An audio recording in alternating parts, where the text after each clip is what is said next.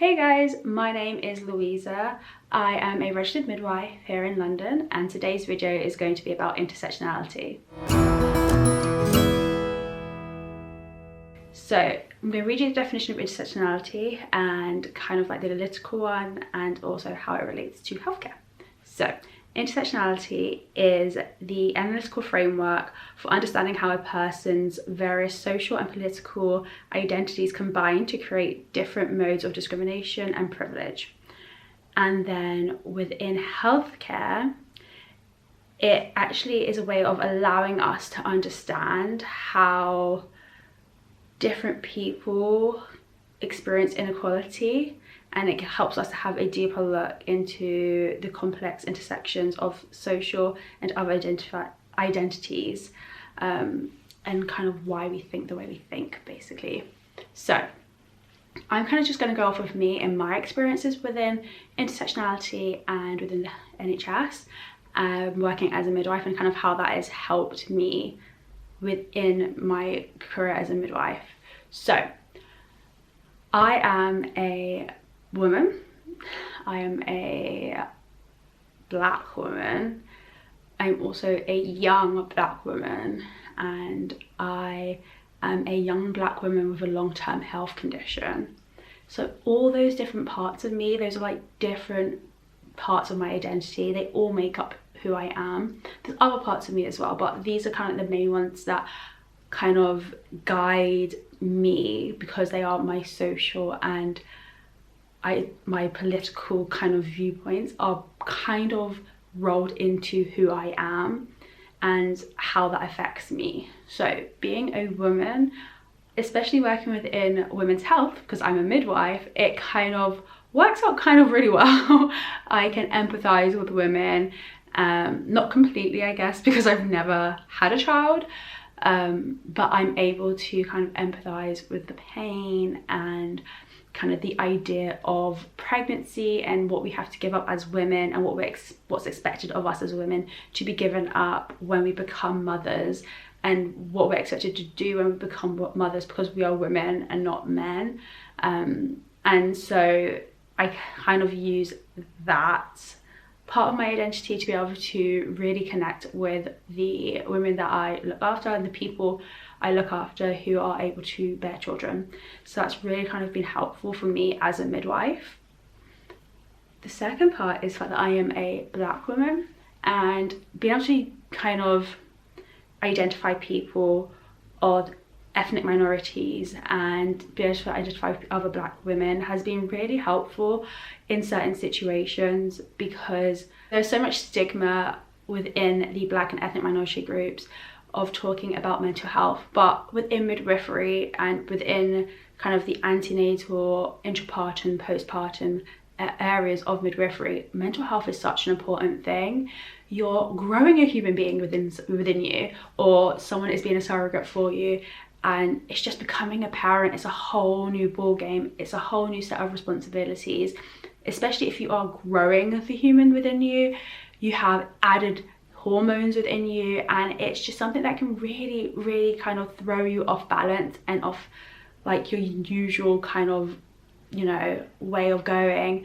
And so having someone who looks like you or looks similar to you, or kind of can understand the cultural impact that is put within you, just kind of helps. Like, I'm able to see black women or women of color and be like, hey, I know you've been through something really traumatic or a very tense experience. Please do look after your mental health. Please do go ask for help. Please go and use every single resource that's available to you. Like, these are resources available to you so that you can make sure your mental health is okay, because as much as we are physically healing after giving birth, we are also need to mentally and spiritually heal as well. And sometimes it's really, a lot of the times, I've never actually really had a bad, you know, someone being like, no, I don't do that.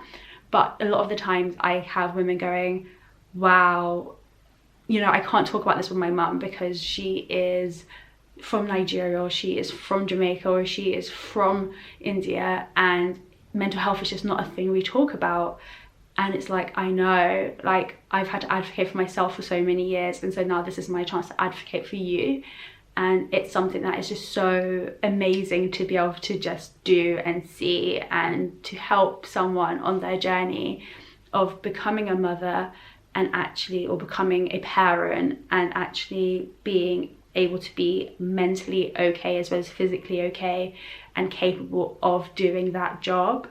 So that's something that's really cool. I get to kind of relate to people and use that bit of me to identify, like, I understand the cultural background bit of this, and this is kind of where I've come to help.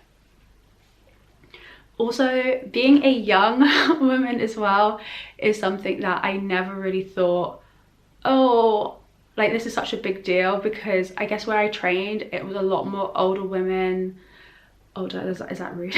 Where I trained, it's a lot more women who were within their 30s and 40s. So I never really kind of got to use that part of me, of the fact that I am young. I'm 25, about to be 26, and you know, I can relate to people of my age. I can't necessarily relate to people younger than me because it's a whole different generation, but I do try. And that's just something that I've been able to use a lot recently as a qualified midwife, and just actually relating to people on, no matter where they're from, but just relating to them on a, you know, we're 25 or we're 23 or however old they are, and like being like, I know people are thinking little of us, or thinking that we can't do what we need to do, but we can.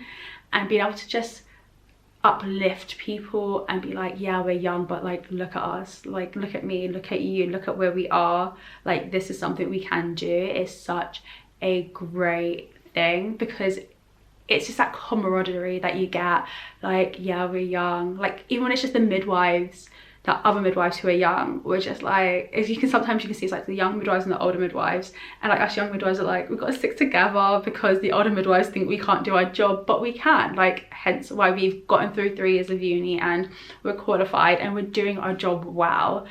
But also, like, be able to relate to people who are young and pregnant. It's like, hey, I see you, whatever you need, just let me know. Like, nothing is a silly question, nothing is an inconvenience. Like, I'm here for you, and I want you to be able to trust me and this healthcare system to look after you and help provide you with the things that you need.